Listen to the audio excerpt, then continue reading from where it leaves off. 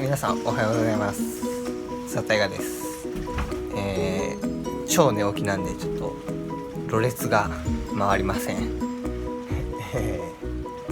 今朝の6時なんですけど、6時半過ぎかななんですけど、どうやら台風に入ったようです。下関市が、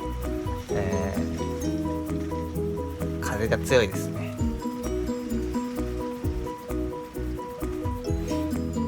風が強いですねって言ったら風がなんか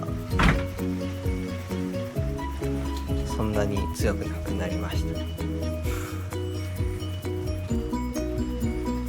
はい、まあ台風が来たよという動画でした。みんな注意してね。バイバイ。